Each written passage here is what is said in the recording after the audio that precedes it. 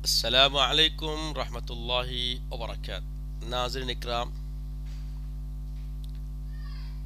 تمام تعریف اللہ سبحانہ و تعالیٰ کے لیے سزاوار ہے جو کل جہاں کا خالق و مالک و ملجا ہے، جس کا کوئی ہمسر نہیں، جو قدیم ہے، ابد الآباد سے ہے اور ہمیشہ ہمیشہ رہنے والا ہے۔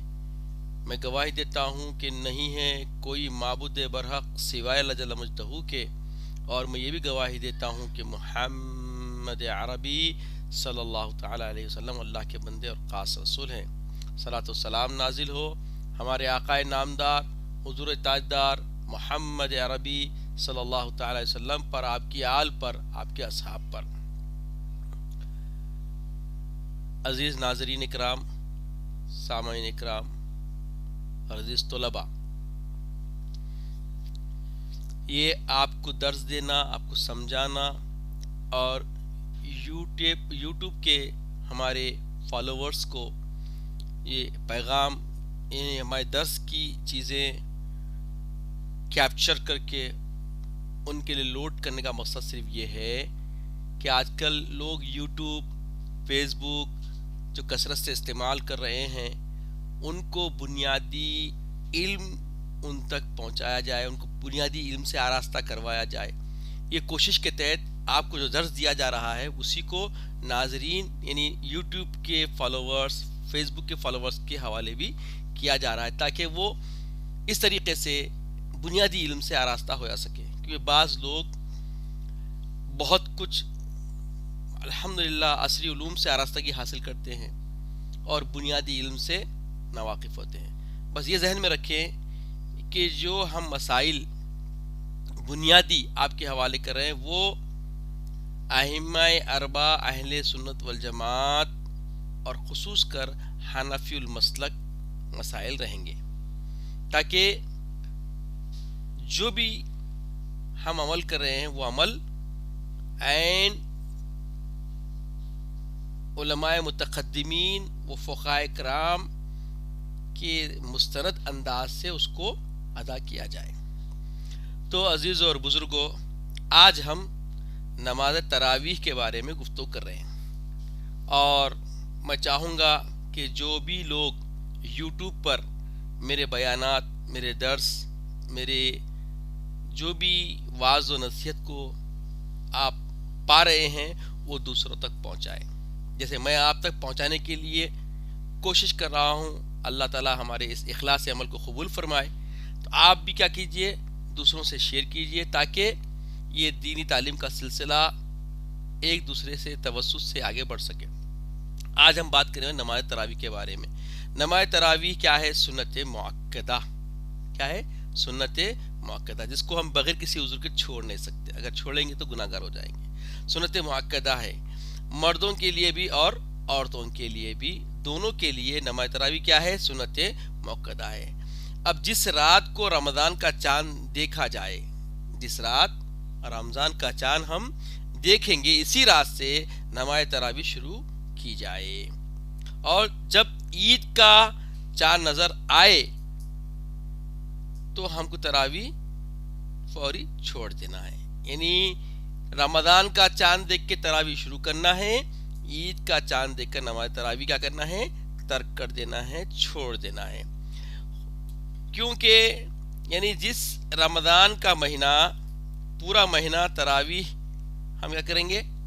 پڑھتے رہیں گے، اگرچہ قرآن مجید مہینہ تمام ہونے سے پہلے اگر کوئی تکمیل کر لے، جیسے ہم دیکھتے ہیں کہ لوگ ایک شبینہ پڑھ کے ایک دن میں بھی ختم کر لے رہے ہیں، دو شبینہ پڑھ کے 2 دن میں ختم کر لے رہے ہیں، 6 شبینہ پڑھ کے 3 دن میں ختم کر لے رہے ہیں، اور 6 شبینہ پڑھ کے 6 دن میں ختم کر لے رہے ہیں۔ ایسا ہو رہا نہیں ہو رہا؟ ہونا نا۔ اور بعض لوگ صحابہ کی تقلید میں جو اللہ کے رسول سے اجازت طلب کیے تھے، کیونکہ اللہ کے رسول کی جو سنت ہے، مداومت جو رہا اللہ کے رسول کا حیات طیبہ میں، کہ اللہ کے رسول صلی اللہ علیہ وسلم اپنی پوری زندگی رمضان مبارک میں نماز تراویح میں ایک قرآن مکمل فرماتے تھے، تو کچھ صحابہ نے عرض کیا رسول اللہ ہم میں کچھ قوت زیادہ ہے، اس سے زیادہ ہم تلاوت کرنا چاہتے ہیں. تو اللہ کے رسول نے 2 قرآن، پھر اور سوال کرنے پہ بولے 3 قرآن، یعنی 3 دہوں میں 3 قرآن کے تکملہ کرنا یہ صحابہ کی سنت ہے. صحابہ رضوان اللہ تعالیٰ علیہ مجمعین کیا ہے؟ یہ سنت ہے. اللہ کے رسول صلی اللہ علیہ وسلم ایک قرآن تکمیل کرتے تھے جیسے روایتوں میں آتا ہے تراویح کے اندر، اور ایک حضرت جبریل علیہ السلام کو سناتے تھے. نماز تراویح میں ایک تکمیل کرنا اللہ کے رسول کی حیات سے ثابت ہے. اور صحابہ کا عمل جو اللہ کے رسول کی اجازت سے رہا وہ 3 قرآن کے تکمیلے کا ہم کو ملتا ہے. اب بتایا جا رہا ہے کہ نماز تراویح یاد رکھے روزے کے تابع نہیں ہے. اکثر لوگ سمجھتے روزہ نہیں رہے تو تراویح بھی نہیں پڑھنا، ایسا نہیں ہے. نماز تراویح روزے کے تابع نہیں ہے. جو لوگ کسی وجہ سے روزہ نہیں رہ سکتے ہیں، بیمار ہیں، مسافر ہیں، یا کمزور و ضعف کی وجہ سے فدیہ دے دیتے ہیں اور روزہ کیا کرتے ہیں؟ نہیں رہتے ہیں، تو ان کے اوپر تراویح ساقط نہیں ہے، تراویح سے بری ذمہ نہیں ہے. وہ ان کو بھی تراویح کا پڑھنا سنت ہے، سنت مؤکدہ ہے، یہ ذہن میں رکھنا چاہیے. اب تراویح کا وقت کیا ہے، کہاں سے تراویح شروع ہوتی اور کب تک پڑھنا ہے؟ تو بولے نماز تراویح کا وقت نماز عشاء کے ساتھ ہی کیا ہوتا ہے؟ شروع ہوتا ہے. نماز عشاء کے بعد شروع ہوتا ہے، فجر تک کیا رہتا ہے؟ اس کا وقت رہتا ہے. وتر سے پہلے خواہ بعد، لیکن وتر سے پہلے پڑھنا افضل ہے، بہتر ہے. نماز تراویح اگر کوئی نماز عشاء پڑھ لیا، وتر پڑھ لیا، اس کے بعد بھی تراویح کی نماز پڑھ سکتا ہے، ٹھیک ہے. مگر افضل طریقہ جو بتایا گیا وہ یہ ہے کہ وتر سے پہلے عشاء کے بعد پڑھا جائے. تراویح کا وقت نماز عشاء کے بعد سے فجر سے پہلے تک رہتا ہے، وتر سے پہلے پڑھنا ہے اسے. نماز تراویح کے پڑھنے کا تہائی رات یا نصف شب تک تاخیر کر کے پڑھنا بھی مستحب ہے. یعنی نماز تراویح کو آپ جتنی تاخیر سے پڑھیں گے یہ مستحسن عمل ہے، مستحب عمل ہے.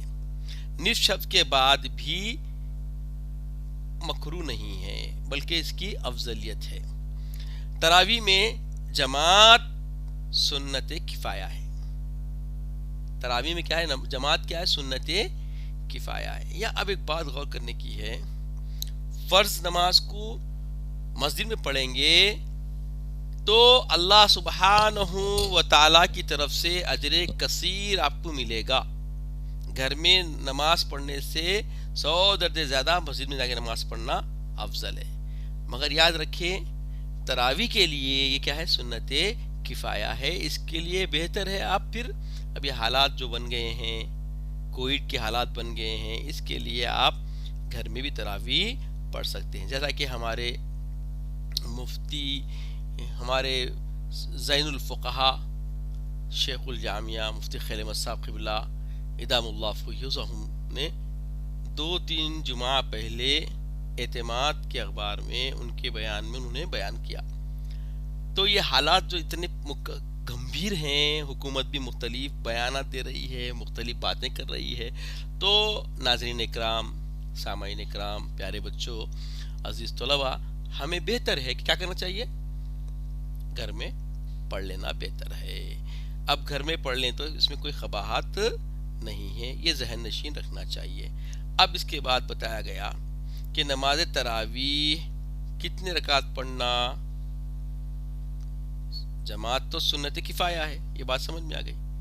اب نماز تراویح کتنے رکعت پڑھنا، تو کثرت احادیث سے اور قرن در قرن متواتر احادیث متواترہ سے یہ بات ثابت ہے کہ 20 رکعت تراویح پڑھنا ہے.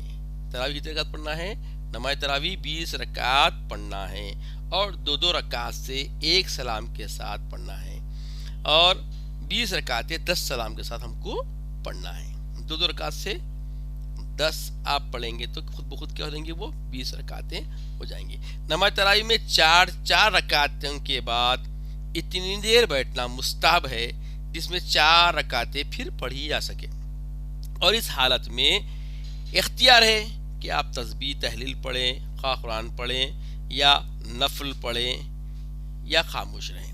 مگر اکثر جو اولیاء اللہ، سلف صالحین اور فقہا سے جو چیزیں ثابت ہے، اور جو لوگ زمانے قدیم سے ہمارے بچپن سے اب دیکھتے ہوئے آ رہے ہیں، آپ لوگ بھی دیکھ رہے ہوں گے کہ ہر 4 رکعت کے بعد تسبیح پڑھتے سبحان ذی الملک والملکوت، سبحان ذی العزت والعظمت والقدرت والکبریاء والجبروت، سبحان الملک الحی الذی لا يموت، سبوح قدوس ربنا ورب الملائکۃ والروح، لا الہ الا اللہ استغفر اللہ، نسألک الجنۃ ونعوذ بک من النار۔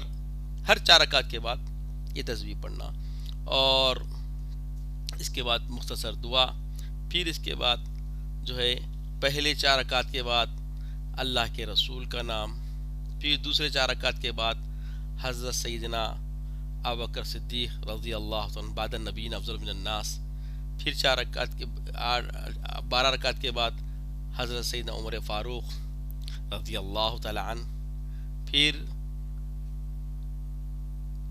اس کے بعد 4 رکعت کے بعد پھر جو ہے حضرت سیدنا عثمان ذی النورین رضی اللہ تعالی عنہ کا نام، اس کے بعد اختتام پر 20 رکعت کے تکمیلے پر حضرت سیدنا مولا علی کرم اللہ وجہہ الکریم کے نام عموماً درود و سلام کے ساتھ لیے آتے ہیں۔ تو یہ ایک اہل سنت والجماعت کا ایک مروجہ طریقہ ہے، جسے سمجھ میں نہ آئے مت کیجیے، مگر اس میں سہولت کیا ہوتی، رکعتوں کا شمار کرنا آسان ہو جاتا، اور تزیین اوقات سے بچ جاتے، اور اس میں آپ کو ایک اہم بات جو مل جاتی ہے وہ یہ کہ اس میں جس کے ذریعے ہم تک دین پہنچا ہے، جنہوں نے تحفظات دین ایک قرینے سے زمانہ در زمانہ ہم تک پہنچنے کا ذریعہ بہترین ترتیب دیا، تو ان کا ذکر کر لینا، ذکر خیر کر لینا، یہ بھی ایک عبادت ہے۔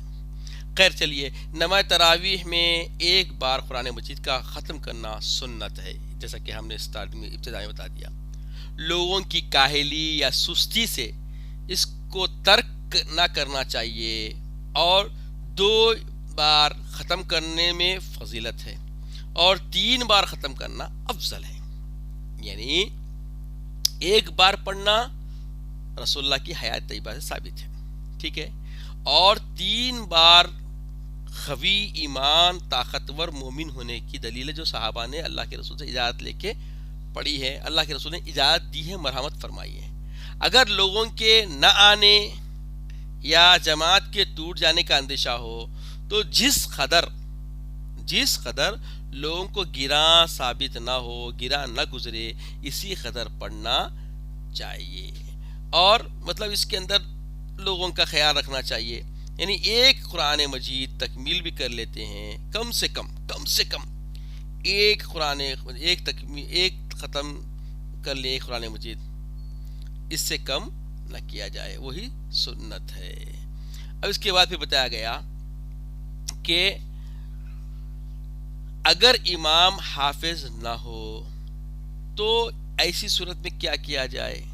امام صاحب حافظ ہے قرآن، عموماً ہم دیکھتے ہیں، ہمارا ایک نظم ہے کہ ہم رمضان آیا تو حافظ قرآن کو ڈھونڈ کے لا لیتے ہیں مسجدوں میں، ہے نا، اور بعض مسجدوں میں تو حافظ قرآن ہی امام ہوتا ہے، وہ عالم بھی ہوتا ہے، فاضل بھی ہوتا ہے، اللہ تعالیٰ اس کو جس کا جیسا بھال، جس کا سینہ شرح ہے، جس کو جس توفیق ہوئی، ہر کوئی مولوی کامل فاضل تو نہیں ہوتا ہے، اور ہر کوئی حافظ بھی نہیں ہوتا ایسے ہی، بعض حافظ ہوتے ہیں مولوی کامل نہیں ہوتے، بعض مولوی کامل ہوتے ہیں حافظ نہیں ہوتے، بعض مولوی کامل حافظ بھی ہوتے ہیں۔ تو جس کے پاس حافظ ہیں ان کا کوئی معاملہ نہیں ہے، جس کے پاس حافظ نہ ہو اگر تو امام حافظ نہ ہو تو صورتیں پڑھی جائیں، جو چاہے صورتیں منتخب صورتیں ملا کے 20 رکعت پڑھ سکتے ہیں، مگر بہتر طریقہ قدیم زمانے سے لوگوں کی سہولت کے لیے، ضعیفوں کے لیے، سب کے لیے، عورتوں کے لیے بھی آسان کر دیا گیا۔ وہ طریقہ کیا ہے؟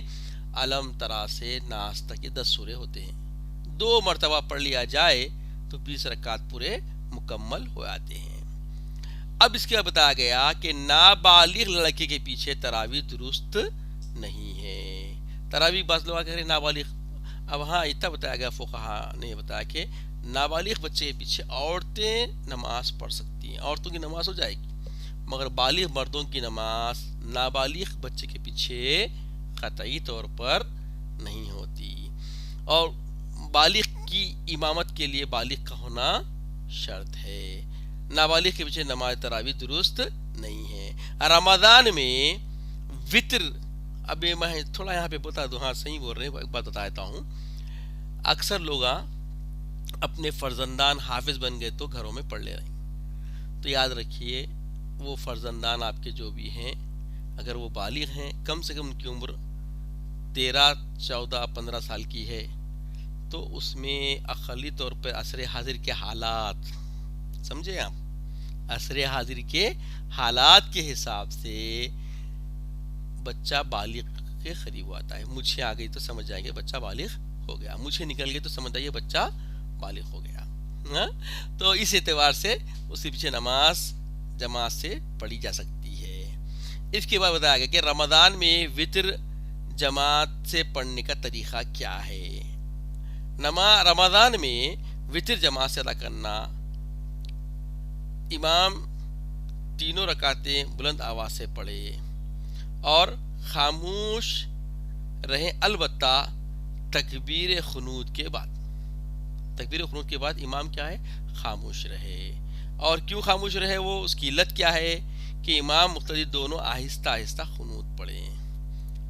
اللہم انا نستعینک ونستغفرک ونؤمن بک ونتوکل علیک ونثنی علیک الخیر ونشکرک ولنکفرک ونخلع ونترک من یفجرک اللہم ایاک نعبد ولک نصلی ونسجد وإلیک نسعى ونحفظ ونرجو رحمتک ونخشى عذابک ان عذابک بالکفار ملحق. یہ دعائے خنوت ہے، اور اس کو تینوں رکعتوں میں امام کیا کریں گے؟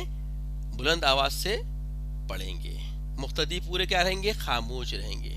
اور تکبیر خنود کے بعد جیسے تکبیر خنود بول دیے، امام اور مقتدی تمام دونوں خاموش دعائے خنود پڑھیں گے، جو ابھی میں نے پڑھ کے آپ کو گوش گزار کیا ہے.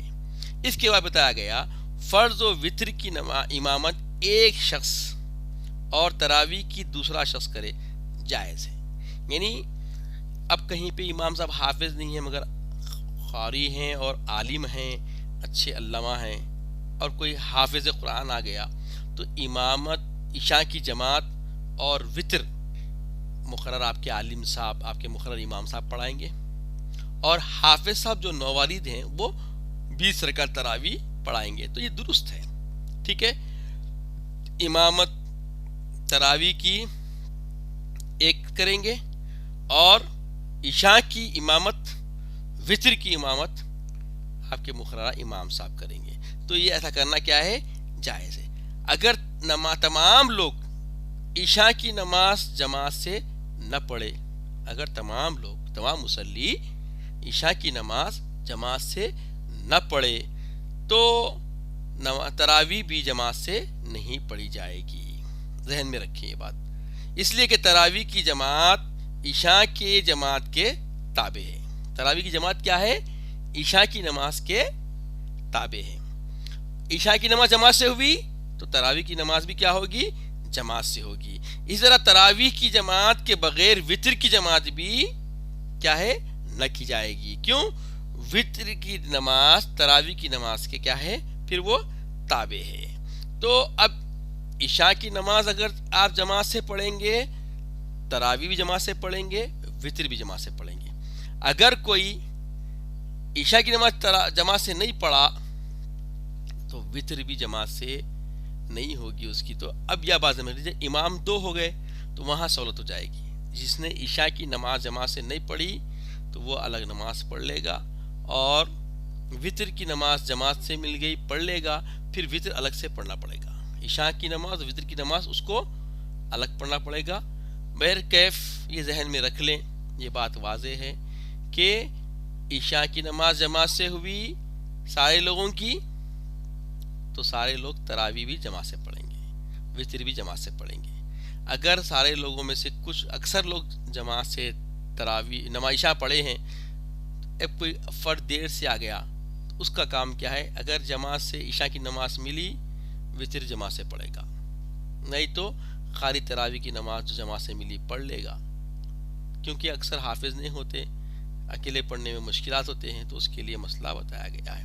اب اس کے بعد پھر بتایا گیا کہ اگر کوئی شخص فرض کی جماعت کے بعد حاضر ہو تو پہلے عشاء کی نماز پڑھ لے، پھر تراویح کی جماعت میں شریک ہو۔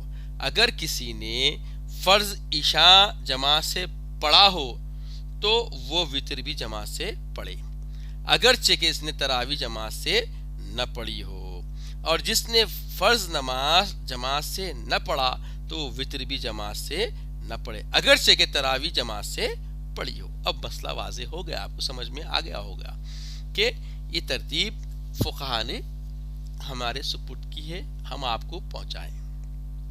تراویح کی نماز کو بلا عذر بیٹھ کر پڑھنے سے اجر میں تخفیف ہوتی ہے، نصف ثواب ملتا ہے، چونکہ قیام، قرات، خوما، رکوع یہ اجر والے عمل ہیں۔ اگر یہ سب ترک کر کے آپ بیٹھ کے نماز پڑھتے ہیں تو آپ کے اجر میں بھی کمی ہو جائے گی، ثواب میں کمی ہو جائے گی۔ امام کے رکوع میں جانے تک تحریمہ نہ باندھ کر منتظر رہنا مکروہ ہے، جیسا کہ آپ کا ہمارا مشاہدہ ہے کہ اکثر لوگ تو آتے ہیں شبینوں میں، کیا کرتے؟ شبینے میں بیٹھ کے سنتے رہتے، امام صاحب کا انتظار کرتے رہتے۔ جیسا امام صاحب رکوع کی تسبیح رکوع بولتے کہ اب فوری رکوع کی تکبیر سنتے کہ اٹھ کے رکعت باندھ کے رکوع میں آتے۔ تو یہ عمل جو ہے مکروہ ہے، یاد رکھیں، یہ مکروہ اعمال، اب آپ عبادت کر رہے ہیں مکروہات سے بھری ہوئی ہوں گی، تو اس میں کس کا خسارہ ہے؟ سوچیں۔ تو یہ چھوٹی سی کلپ ہم نے آپ کو نماز تراویح کے بارے میں، اس کے متعلق بنیادی اساسی مسائل آپ کے گوش گزار کرنے، آپ کے علم میں لانے کے لیے ناظرین کے ہم نے بنائی، اور آپ طلباء کو یہ بات سمجھانا مقصد تھا۔ اللہ تعالیٰ سے دعا ہے کہ یا الہ العالمین ہم سب کو نیک توفیق عطا فرما۔